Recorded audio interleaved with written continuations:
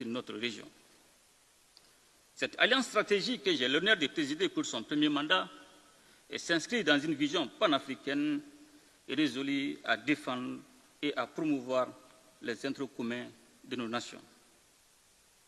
Elle témoigne de notre détermination collective à construire une architecture sécuritaire à la hauteur des menaces dans l'espace et l'AES, condition fondamentale du développement et de l'épanouissement de nos peuples. Excellences, Mesdames et Messieurs, abordant à présent le second élément du thème de notre conférence de haut niveau, je suis heureux de partager avec vous l'expérience et les bonnes pratiques observées par le Mali dans le cadre des voies de la modernisation. Et cette modernisation est la conséquence naturelle et positive des réformes lorsque celles-ci sont réalisées en tenant compte, comme c'est le cas au Mali, du respect de la souveraineté, des besoins vitaux et des intérêts des populations que nous servons. C'est ainsi que des mesures importantes ont été prises dans divers domaines de la vie publique, notamment la gouvernance politique et électorale avec la révision de la loi électorale pour adapter les mécanismes de vote aux réalités et nécessités de l'ère. La réforme de la gouvernance vise également à améliorer la gouvernance économique qui est passée par la relecture des textes relatifs aux industries extractives en vue d'une meilleure gestion de nos ressources naturelles pour le développement de nos pays et le bien-être. Je dirais même le bien-être de nos populations.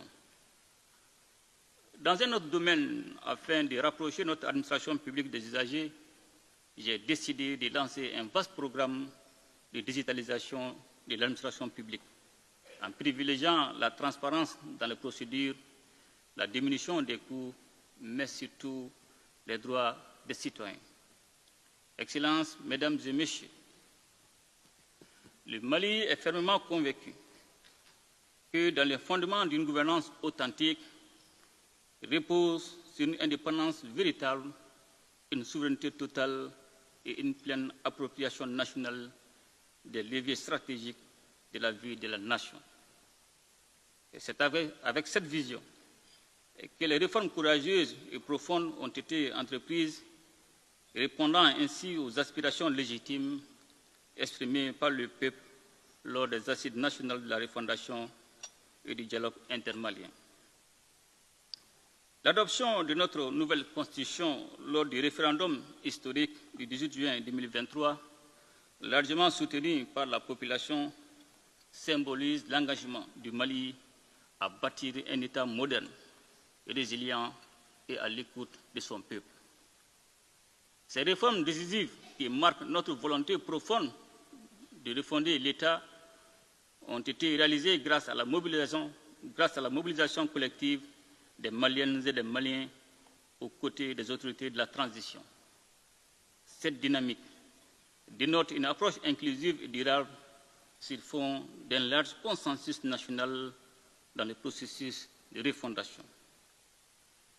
Les dites réformes, faut-il les rappeler, reposent sur la réaffirmation de la souveraineté du Mali, soutenue par l'engagement inébranlable de nos forces de défense et de sécurité qui assurent un contrôle total et efficace du territoire national. Cette sécurisation, essentielle pour la stabilité et le développement, permet de créer un environnement propice à la reconstruction et à l'épanouissement de notre nation. Le Mali se dote ainsi des outils nécessaires pour relever les défis actuels et bâtir un avenir prospère pour tous ses citoyens. Excellences, Mesdames et Messieurs, je voudrais, pour conclure, renouveler la profonde gratitude du peuple et du gouvernement malien envers la République populaire de Chine pour son appui indéfectible, en particulier dans le domaine de la stabilité, de la paix, de la sécurité et du développement.